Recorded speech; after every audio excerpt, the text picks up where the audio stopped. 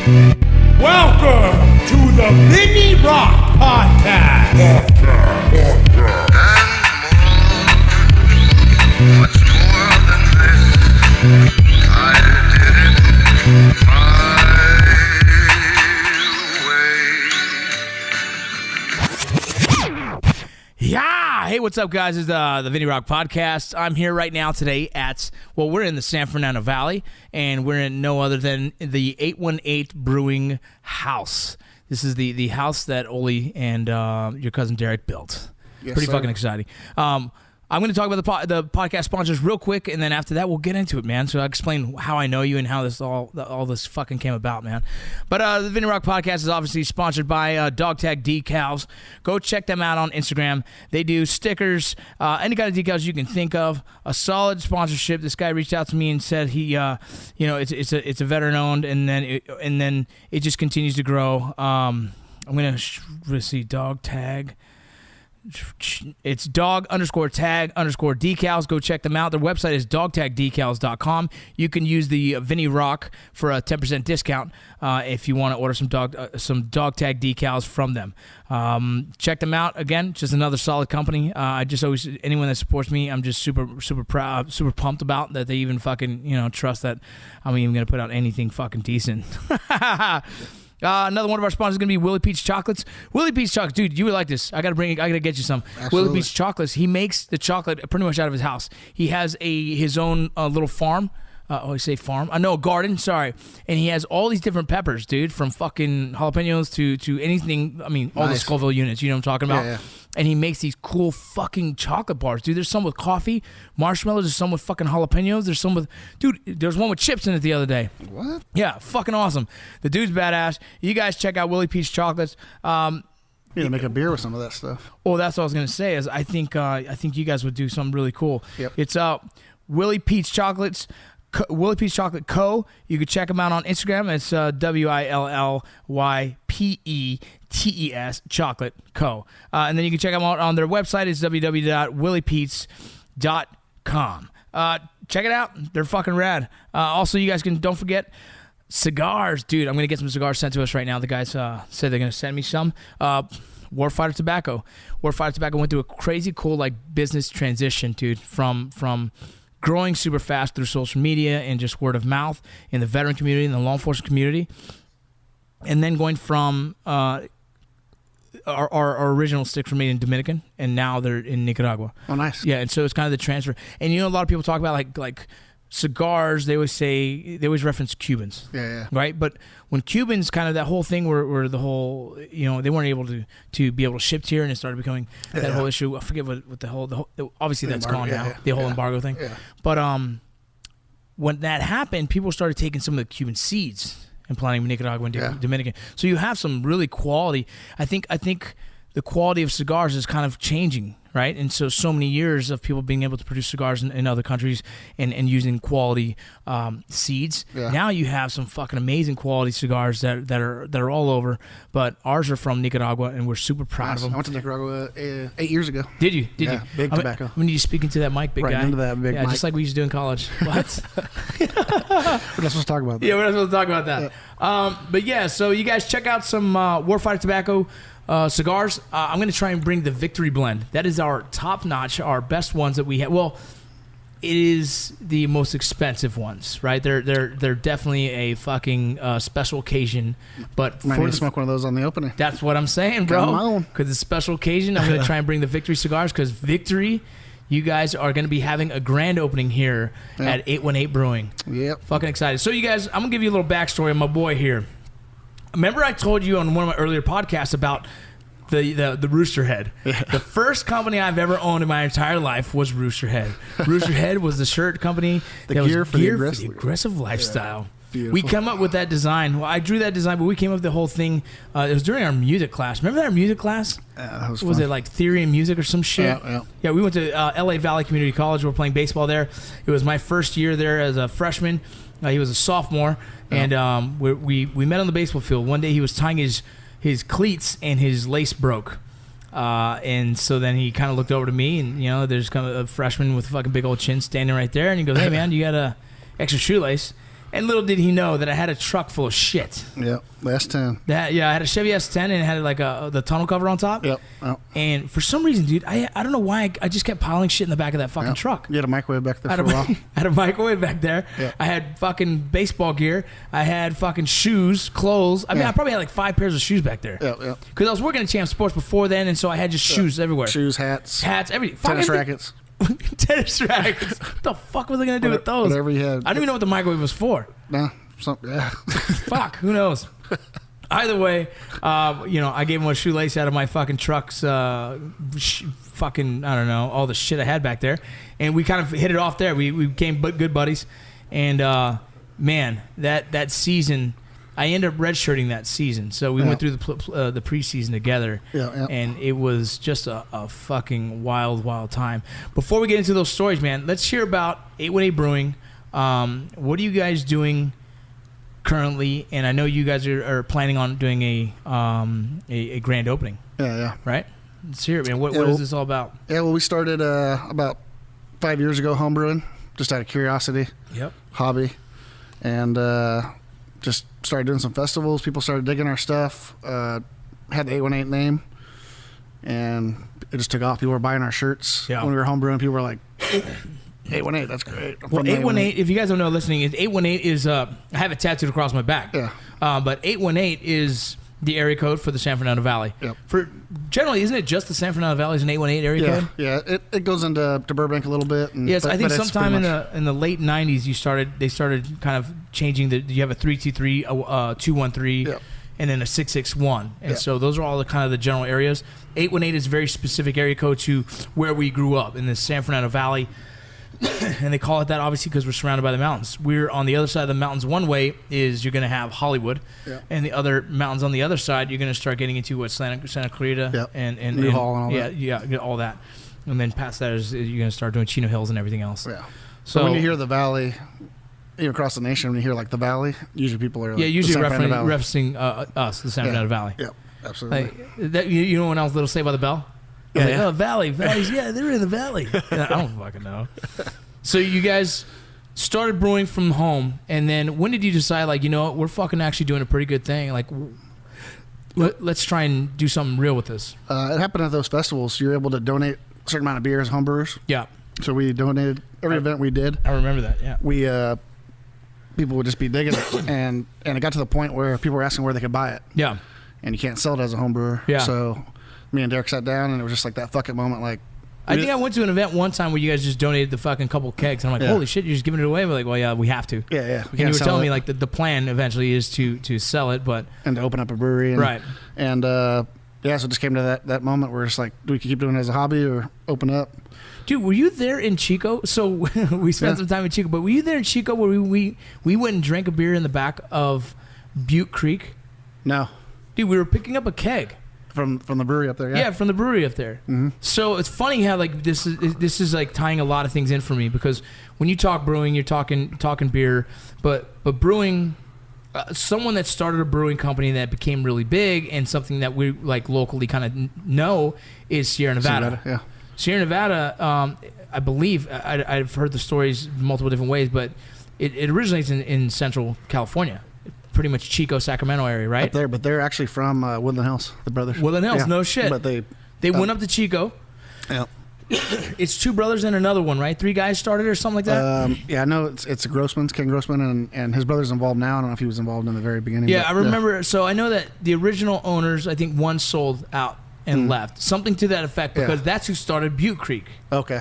And Back so when we went up there to buy a fucking Sierra Nevada keg was fucking expensive. We're college baseball players. We don't have fucking money. Like $75. Or yeah, dude, it's fucking nuts. It was $75, right? Like right now, like well, maybe it wasn't that expensive, but $75 back then was crazy. Natty Light was $45. Right. Yeah. And so you went to.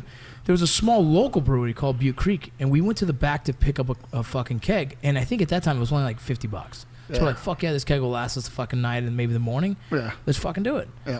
So we went in there to get it, and the guys were like, hey, come back here, man. They're like, we can get it straight from there. So we had a glass while we're waiting for them to kind of get the keg out.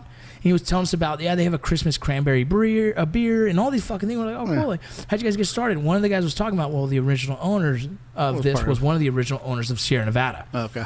And the cool thing about Sierra Nevada was in Chico, it was just outside of Chico was the big brewery they had where you could have dinner there. Because I took my parents there after they went up north to watch me play ball. Yep. And we went to go to the brewery, and I was like, "This is fucking amazing." With the big copper. Yeah, exactly. Yeah. It looks like, man, it's something out of Disneyland almost. Like, oh, that's what a Disneyland would build a fucking brewery. It would look like that because it's fucking huge. It reminded me of the movie, what was that one? Oh fuck, a Reese Witherspoon movie where she gets kissed. I don't know. It's whatever. That was a weird comment. Either way, fucking super dope brewery. Mm-hmm. It's big as shit, and it served fucking dinner. And I was like, this is fucking awesome. Yep. And I imagine, like, at that time, me and you already thought business. We were business oriented in our heads. And it was like, man, imagine the dudes that started this, and now look at this motherfucker, dude. Yeah. Sierra Nevada's fucking world known now. Yep. That's everywhere. Yep, I mean, absolutely. They made it. They're one of the fucking first microbrewing Pioneers. companies that turned it into what now you find a microbrewer in every fucking corner. Yeah. You know what I'm saying? Yep. Yeah, they're early days. I don't know. I can't even name another one that did it the way they did. I swear they're the ones who started the whole. Them. Then there's like Stone down in San Diego. Stone, like okay. Eric Ambassador. They'd be kind of on the same level I'd consider, but Same time frames. pretty close. Yeah. Yeah. I don't think in this market there's not going to be another Sierra Nevada or Stone or Ever again. You can't. That was So that era. so your goal is not to become a nationally recognized beer. Nope. The focus is let me fucking pay tribute and be the fucking the well-known local. Yeah. And that's good enough. The Valley's Brewery. And that's good enough. That's you can become a very lucrative and comfortable lifestyle by having a great fucking brewery here in the 818. Absolutely. That's fucking awesome, dude. I mean, this place I remember, so where I'm sitting at right now originally was a t-shirt company. And so just kind of the evolution of like Bryan Olson, right? I'm gonna kind of explain it, right? Is that cool? So yeah, go ahead. He used to work at a t-shirt printing place on the summers, right? Yeah, high school. Yeah, in high school and stuff. And so when we said we want to start a t-shirt company, we just fucking did it. We did it with the little bit of money that we had. I think I pitched in like fucking 150. I think you pitched in 150, something like that. I think we started with $300. Yeah. Printing around a shirt. We drew the design, Rooster Head. The design seriously just kind of fucking came out of nowhere. I'm just doodling on my fucking paper, and I was like, holy fuck, dude, this is pretty dope. Let's do this. Yeah. And so then we went forward with it. We found our little buddy. Who was the guy that printed for us? He did it on his like days off on the side for like some extra cash. It was like little Jose or little Juan. I think it was one of Mario's buddies from the shop we came from. Yeah, I mean, Mario's my brother-in-law that met at the t-shirt shop. So yeah, and so then from there, we printed the shirts and we started selling them locally to our buddies. Well, you know what happened?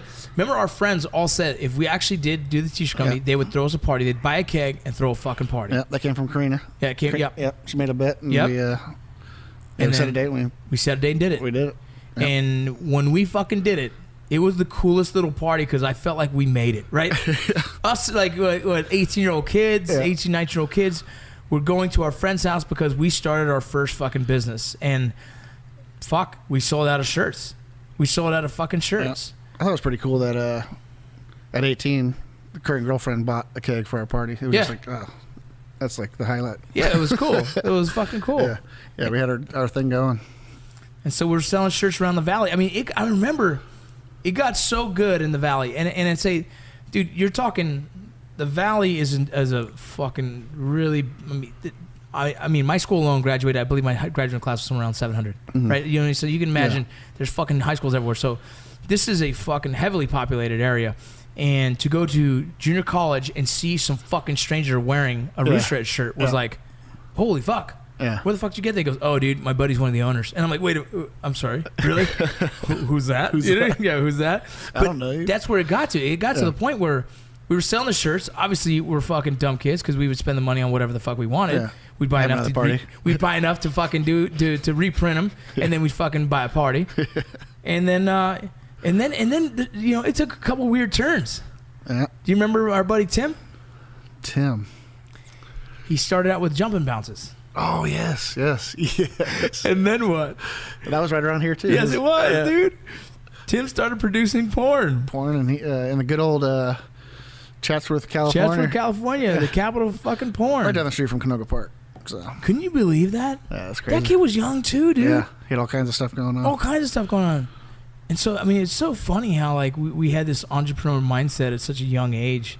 And I don't think we realized what eventually. I mean, so Roosterhead, just to speed up the process on this whole story, Roosterhead was growing slowly for before social media. I mean, this was growing word of mouth. Yeah, just word of mouth. It was like the cool college shirt company kind of going on. Yeah. Especially in the San Fernando Valley. Then we got it in a porn. Yeah. Do you remember the name of that porn? No. Babes Are Us. Babes Are. You remember that? She didn't have it on very long. I remember it was a VHS tape. Oh man, dude, how long ago is this? Yeah. So it was in one scene in a porn called Babes Are Us, because Tim was producing porn. He goes, "Hey, give me one of your shirts, I'll put it in there," which we didn't think like, yeah, this is a good idea. We just like, that's funny, you know. It was a bartender. She had it on for about 2.1 seconds. Oh, great! Like, there's our shirt, man. Where'd it go? And it was filmed so low budget because I remember we can hear the traffic in the background of and we're like, I can't even focus on what's going on. I just hear traffic and like I think there's gonna be a car accident. It just sounds bad back there. Yeah.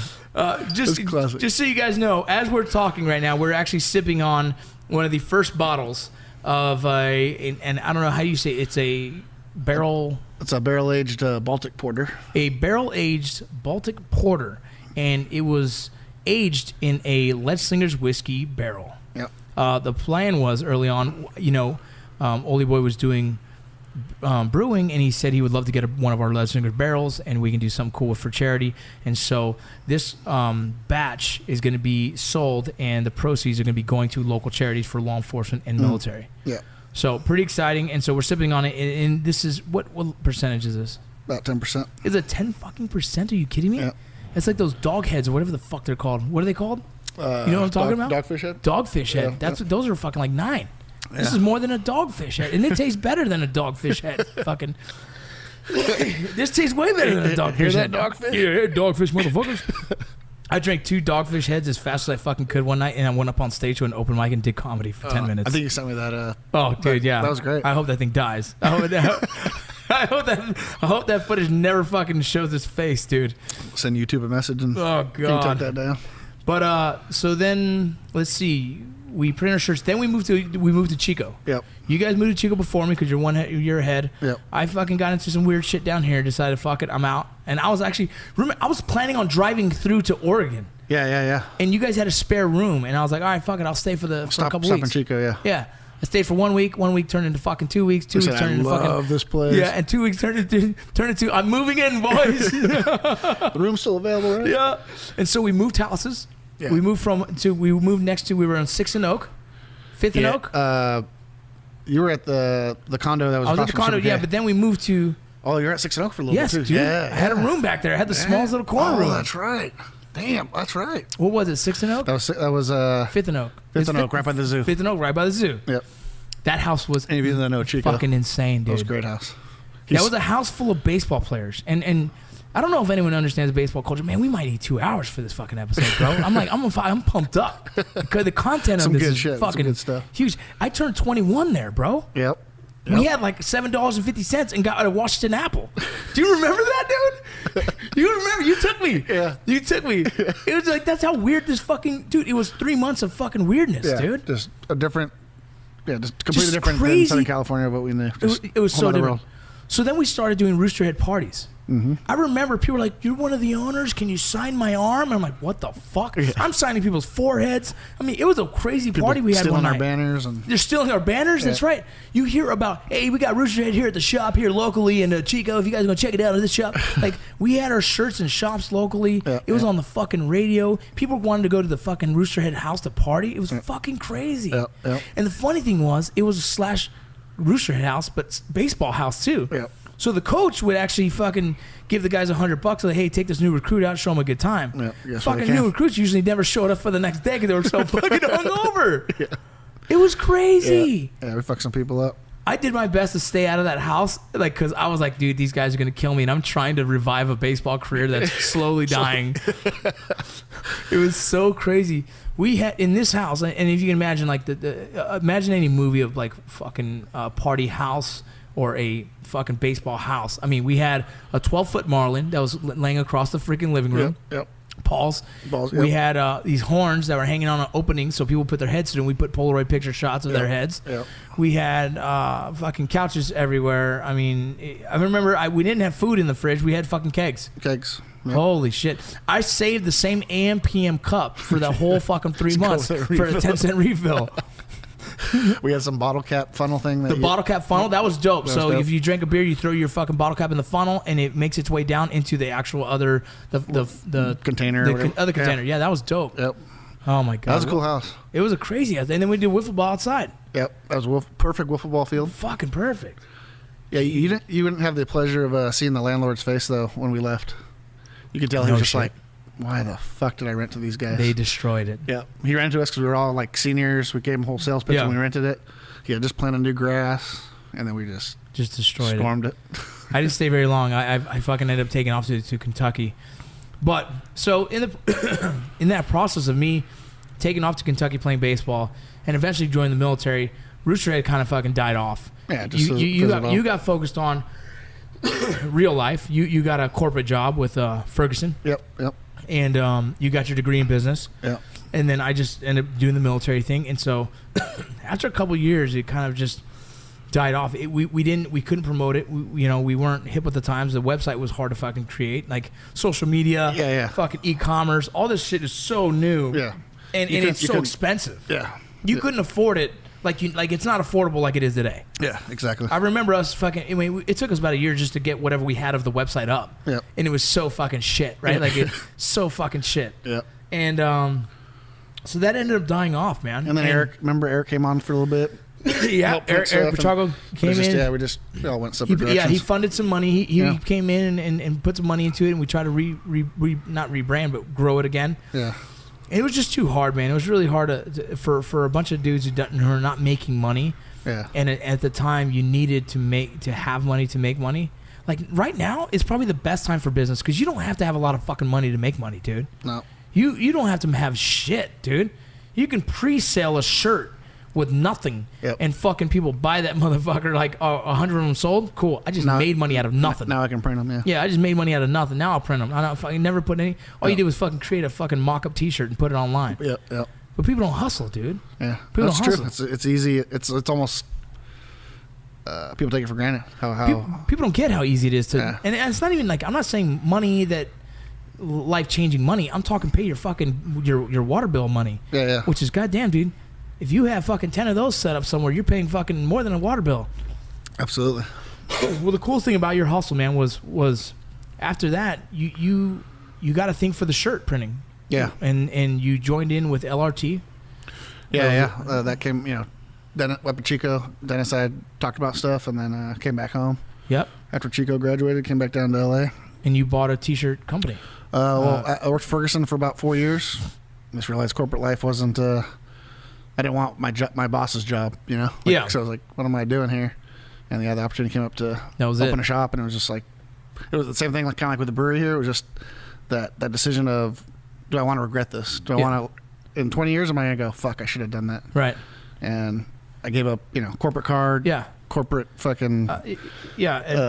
Car and shit. A comfortable life. Yeah. It's a comfortable life you had. I mean, you did exactly the typical thing that if somebody wants to have this nice corporate job, you go to college, you get your degree, Yep. you get out and you work your way all the way up. And you were working your way up, and then at one point you're like, God damn, this is nice. Yeah. But it wasn't fulfilling. Yeah. There was something missing. And so Oly Boy eventually he bought an existing company that was going out because he was getting divorced. Yeah.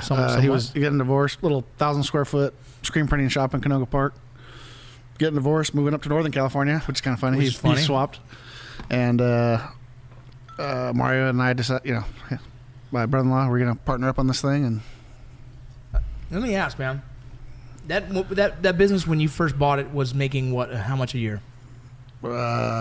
it's tough. On average. Yeah. I mean, he was probably maybe 100. 100K a year? Yeah. Excuse me. And what did you still own that now, and that's just one of your other businesses. Yeah, me and Mario are still partners. And at you've the grown print that. shop. I mean, over 100%, correct? Yeah. I mean, we went from, we were in 1,000 square foot warehouse. Now our spot's about 4,000 square feet. Damn. and doing printing, embroidery, all that other everything. shop. Yeah. I remember watching it grow. I sent a lot of friends your way. You know what I mean? Oh, yeah, Even absolutely. Matt Best when he was doing the weightlifting And I didn't stuff. realize, we met a couple years later and didn't realize that was those were his shirts. So, but yeah, went from Mario was part time when we started. I was pretty much full time, and now we're both full time. Both full time, and then that actually supplements you to be able to work here at the brewery and getting it going. Yeah. Yeah, Mario's been a big part of letting me step away from California print. I do some of the back end marketing stuff, and then I spent a lot of time the last couple of years getting the brewery up and going with Derek. Yeah, man, it's crazy. So this place started out was the place where you did T-shirts, and it was in that little area over here, and this was like the warehouse. Yeah, where you're sitting was like where the print shop was. Yeah, yeah, and I remember that was the front door. Yep. and then this is all print shop, and then you bought the next facility over when it opened up. Yep. And you knocked the wall down. You were expanding that, and then now you're in a whole different location, and this is now the brewery. Yep. Freaking crazy. Yep. And it just luckily like the brewery was ready to grow at the same time the print shop was growing, and it all worked out. Just made sense. Yeah. So.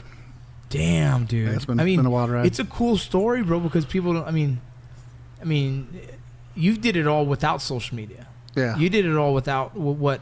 I mean, what I know is like I can only grow a business by having social media. Yeah. It's easy to get freaking marketing and get eyes on, and people like to like. It's easy to build the culture around the business by that. Yep. You did it with old school fucking work ethic. Yeah. You know what I mean? Old school guerrilla marketing. Yeah, and which is freaking awesome. And to see now that you have 818 Brewing, which to me is like fucking like fuck, that's a great idea. You know what I mean? It still blows me away. I walk in some days, I'm like, fucking own a brewery. I wouldn't. All the ideas that we've ever kicked around, if you'd have been like, you're gonna own a brewery one day, I'd have been like, yeah. Like, you probably joked about it when we were little, and I'm like, no, that's. But even like you're talking about Chico, like I wasn't even really into like Sierra Nevada and all that back then. Like we'd just drink whatever was cheaper. Dude, we had Keystone Lights every time we did a boat float. Yeah. Remember that? Yeah, we were doing those floats. Yeah. Oh, dude, Keystone Lights with the that was, what do they call those? Was it a float? Is that what they called it? We just float tube down the river or whatever. Yeah, I mean, tube down the river was always a Keystone Light because it was cheap as fuck. Yeah, like, all right, if you lost that one, you're like, all right, it's okay. You lose a whole 12-pack? Yeah, you lose 12. It's just Keystone.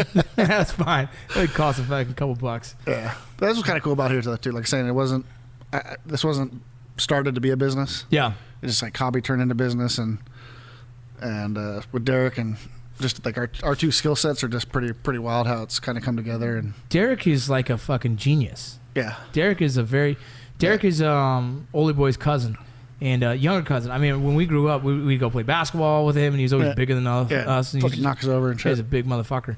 But he was always smart. His dad's very brilliant. They're brilliant people, right? Yeah. And just watching what he's doing, he's in here. This place is. People don't get it. This is made by you. This whole thing is put together by you, made by you. Yeah. When someone walks in here on the grand opening, they're not going to believe that you guys did this. They're going to be like, oh, they fucking paid a fucking graphic or a designer to come in here and make this. Fuck no, dude. That table's built by your fucking hands. This was fucking built by your hands. This goddamn fucking whole brewery is put together by you guys. Yep. Fucking crazy. And actually next Wednesday, the 18th, we have a photo of it. It was when we first cut the concrete next door. And both of us are standing like covered in concrete. Yeah. Fucking... everything that we could do, we did with our own hands. What you need to do is get that picture and put it here. Like, have it up. Blow it up and show like, no, motherfucker, this isn't handed to you. You guys fucking worked your ass off, and Derek being the mad scientist behind the beer recipes and fucking, you know what I mean? Like, I've seen him working, dude. I'm like, this guy is crazy. Yeah, he has an engineering background, and usually most brewers are either engineers or chemists. And he's pretty much self-taught, also using resources, asking people questions. Yeah. But to see him it's cool to watch. Like, dude, to see someone like just do their thing. When you talk to him, you know you're talking to someone that's like it's like he has the third thought process that none of us go through. Yeah, exactly. It might like he's thinking a lot more because he has a bigger brain than us. That's why, because he has a thought process that none of us can fucking fathom. Because he's fucking we got air blowing through our head, and he's got his gears just like flying. His mice are fucking actually using a chalkboard and shit, and mine's sitting there just fucking fat as fuck right now. Like, where's the taco? Dude, there's a fucking taco truck out here, bro, and I'm sitting here like, dog, I'm trying to get in shape right now, and that taco truck is fucking yelling at me. He's got those big ass bright lights, just fucking. Oh my god. Well, he used to park right in front of here, and that was that's bad. Tough. It's good and bad. Yeah, it's a good bad. It's a good bad. Oh fuck, dude. So there's some funny stories in our life. Me and Oldie Boy have kind of experienced a lot, like from crazy parties where people get stabbed. Yep, that was crazy. Absolutely, windows broken. From one of the craziest baseball tournament weekends of our lives. Yeah, that was insane. That was insane. That was insane. I could probably write a book on that. That was movie worthy. Like that. That's movie worthy. Yeah.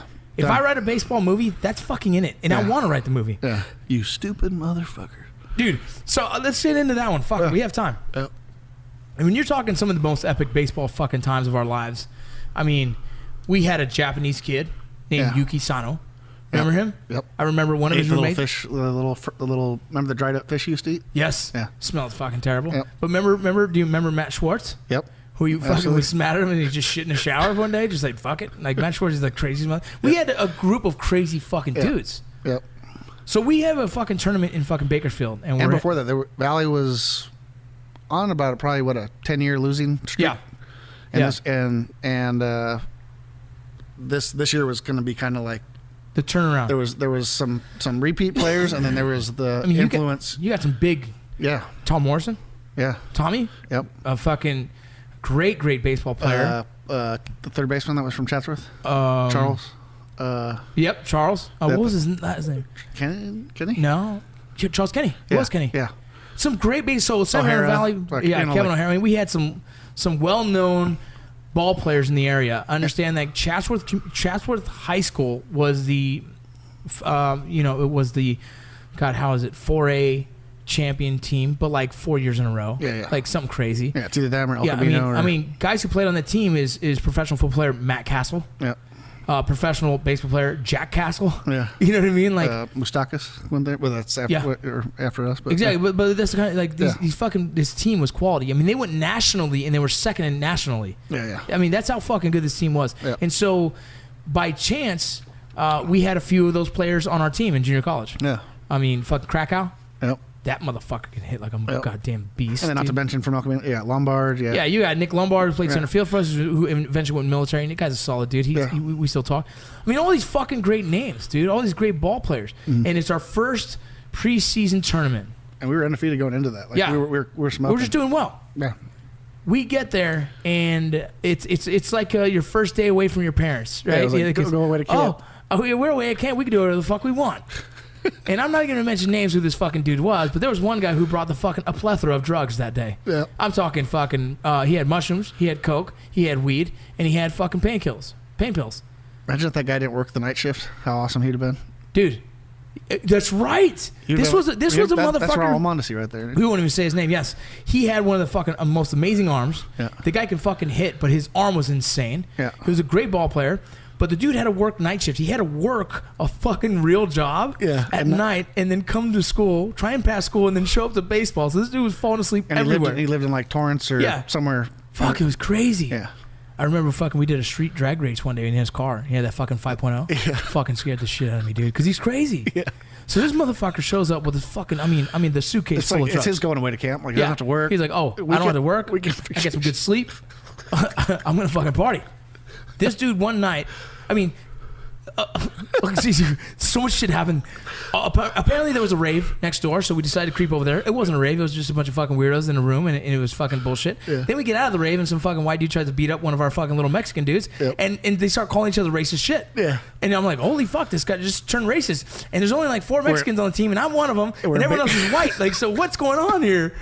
And we're all, of course, wearing our like Valley baseball. Yeah, LA Valley baseball team. So this guy's like, man, fuck you, dog, fuck you. I'm from this. He starts throwing up gang signs. Like, oh shit, we don't need this shit on camera.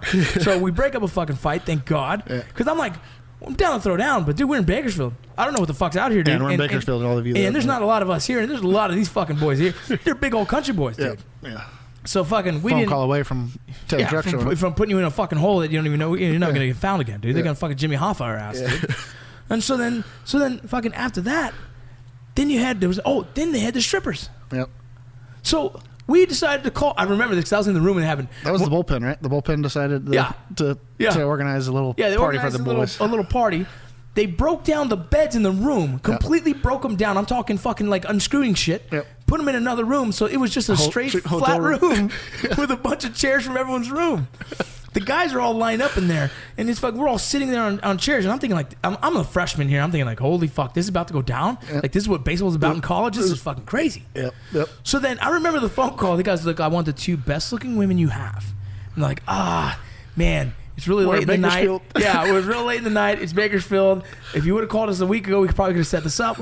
We'll see what we can find. Yeah. So the first girl walks in the room, and I'm telling you. The thing was, I have one okay one, and I have one really good one. Yeah, I have one okay one, really good one. So then the first one walks in, and like I said, I'm telling you, I'm like completely like, this is way out of something. I've never done this. This is crazy. I'm like, this is nuts. It was so many dudes in one room. It got so hot in there. We had guys bringing ice buckets in, and we were just kind of like throwing it on our shoulders and this and that. The lady walks in, and she is not good. So we're all like, okay. This is not the not so good one. That's fine. Let her do her little show. The next one comes in, game on. Yeah. And so everyone's going crazy in there. And the bouncer, he's just like, fuck, dude. There's a lot of you fucking dudes. Like, I'm not going to say shit because, like, if I did, you guys are going to fuck us up. Yeah. I mean, it got so crazy. And then that girl finished her little fucking block of instruction.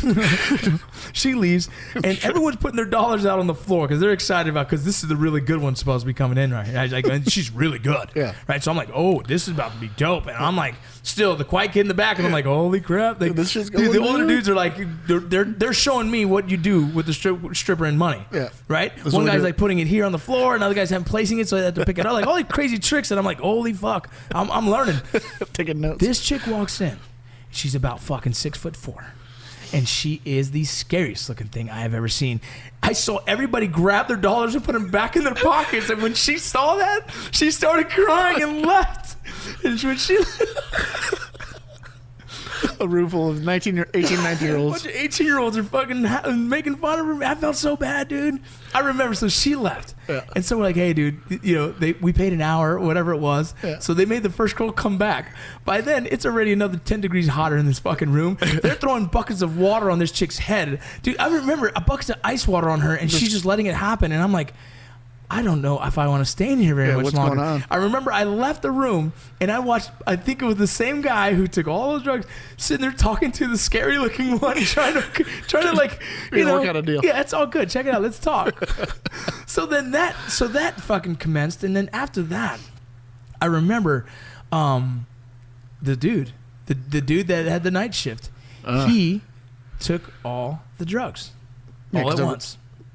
So I'm going to have a good time. Yeah. He decided to have a good time. Wasn't a good idea. No, because he had one of the Japanese baseball players in his room. Remember the big Japanese baseball? I don't remember his name. Heiko or Hito or something. Hito. I think it was Hito. Hito. There you go. Dude, and the dude was trying to carry him because he's like, I don't know what's wrong with Paulie. I don't know what's wrong with Paulie. And we're like, what? And Paulie's like, eyes are rolling in the back of his head. Yeah. Paulie was like shaving his head, first of all. He went from curly hair to shaved his head. It was like that scene in Joe Dirt when he's in the tent. He couldn't stand up. And on his way to try and take a shit, because he had the runs, he took all those drugs at once, he shit all over the floor. Yeah. And then he shit on the toilet. And the trash can. And then he missed the toilet and shit in the trash can. And so now there's shit all over the room. Yeah. There's fucking roach buds all over the fucking room. There's his hair fucking all over the room. I mean, it is a fucking... It's a mess. It's a scene. And so we're all trying to get this guy to fucking not die. I remember he threw up all over too. He threw up everywhere. I had a video camera. Yeah. So I had video of this shit, man. That's when you were walking down the halls and you were half pants and shit. I don't know, man. That's right. I made a baseball uniform with the pants, the back end of the pants off. I don't know, man. That was a weird time for me. And so then I remember the next day we show up to the tournament, and the fucking manager at the hotel showed up to charge us, right? We checked out. The team checked out. My parents were up there, so our game was at 11. We left at 9. They're checking out the hotel, and they have their Valley baseball stuff on. And the hotel's like, "You're with Valley College," and then that's when. And there you go. And they wouldn't let my parents go until they called the coach and hey, you guys gotta come back here and square up this hotel room. So we got the biggest ass chewing of a lifetime. Yeah. We got in a car accident that day too. Remember that Peter Tuber and freaking and Charles got hit in the back? Oh yeah. When we were leaving there. Yeah. To another field. So much crazy stuff that weekend, dude. I remember coming back just like, dude, college baseball is crazy. And our coach ripped our ass that day in the parking lot before that game. He cussed us out so bad that day. It was fucking hilarious. Yeah. And I'm sitting here like, oh man, did they find everything? Like, but they didn't say anything. Like, dude, you know, on drug test this kid, he's got every fucking drug imaginable in his fucking system still. Yeah, still tweaking through. Jeez almighty, that was a fucking crazy. That was a crazy weekend. That was the craziest weekend. Like, that was one of the crazier weekends. Well, it's the first experience of me to introduction to college baseball. Yeah. You know what I mean? You're welcome. I wasn't old enough to drink, but obviously we all fucking dabbled. You know what I'm saying? But to see some dude have that much drugs on him, I was like, whoa. Yeah. Like, to see freaking, like, just the craziness, the freedom, and how people get with freedom. Yeah. You know? That stupid rave. Like, it was just a crazy night, dude. The strippers thing was, like, insane. Yeah. It was... The whole thing. That was all one weekend. That whole weekend, like, I was stressed out, bro. I'm like, this is crazy. I just want to play baseball. I don't want to deal with this. It was a good time, man. That was. When I went to Glendale Community College, because I ended up kicked out of El Valley College. Went to Glendale, and we had one crazy rumble one night that was pretty dope. Crazy fight, dude. I'm talking like I was punching everybody I fucking could. Shit. I punched my own buddy accidentally because, you know, you just boom, first dude. This wasn't a field fight. This was a party. No, dude. We were at a party, and we're on our way leaving. And as we're leaving, one of my homeboys gets fucking punched. Oh. And I don't think they knew I was with him, so I knocked that dude out. Bam! Clipped him. Yeah. And then all these dudes started coming out of the house. And so then we all started getting out of the cars. Like, they all started getting out of the cars and helping. And it was just every dude that's coming my way, I was like, just punch him. Bam! Bam! I mean, a dude holding a brick, I fucking rocked that dude. Left some dude sleeping in the daisies. I mean, we're beating the fuck out of everybody. It was crazy, dude. But it was just like, fuck. But that's one of those stories where the team was like, dude, that was a cool night. Yeah, you know what I mean? that was the bonding moment. It's one of those. And we had one of those crazy nights where... Was Sarge at your... Sarge went. Yeah. Sarge went at the party, though. No, but he was coaching when you were there. Yeah. Man. I actually went and hung out with one of my other coaches just recently. It was pretty cool. Nice. Baseball, man. Baseball in the Valley. We had a couple parties at Kevin's house, too. We had some crazy parties. And it was just... I hung around you guys, the older kids, and you guys freaking had these parties. And, you know, and just being around it. But we had a party one night where a buddy of ours was essentially protecting the home, because you have a lot of people in the Valley when you hear about a party, people trying to go crash the party. Yep.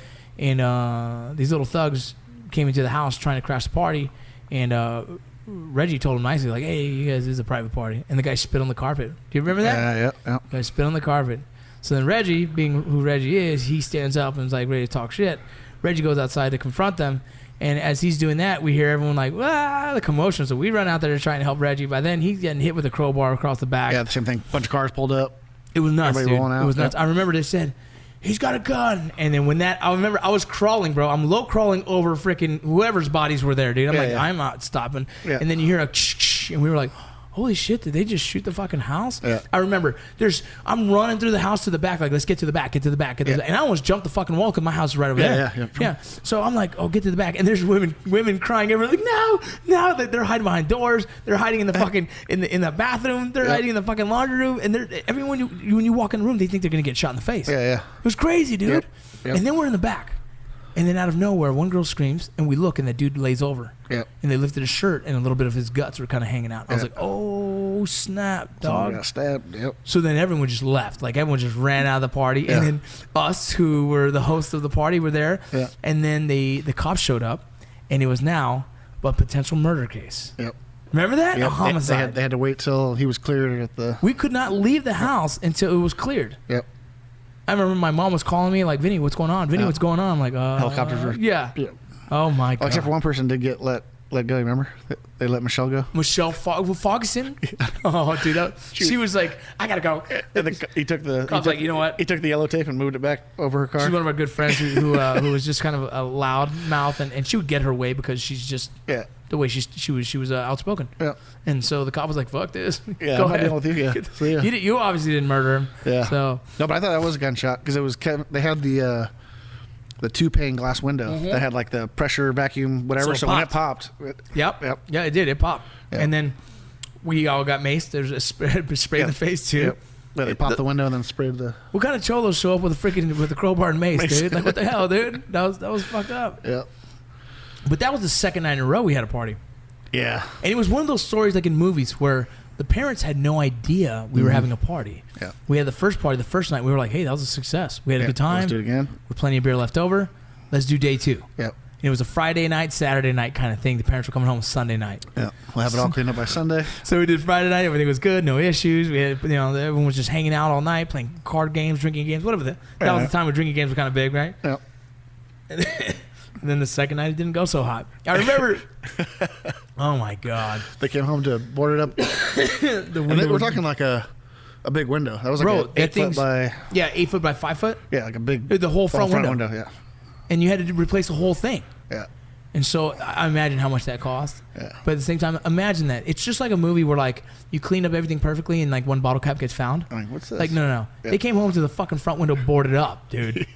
The neighbors are calling like, hey, you need to get here. Someone just got stabbed at your fucking house. Yeah. Yeah, there was yellow tape here. And I always felt like they blamed me for everything. I'm like, no, man, that wasn't me. I've gotten in trouble for a lot of things, but this one wasn't me. Yeah, take this one off of me. Oh my God. Yeah, I just thought of another crazy thing, and I can't even remember what it was though. But it was something super funny. That same kind of thing we got into. The night we drank tequila, and we freaking TP'd that girl's house. Yep. Bro, that was such a funny night because we it was just one of those young kid things to do. Yeah. We all drank tequila and we all had way too many shots and we weren't, we couldn't handle our own liquor.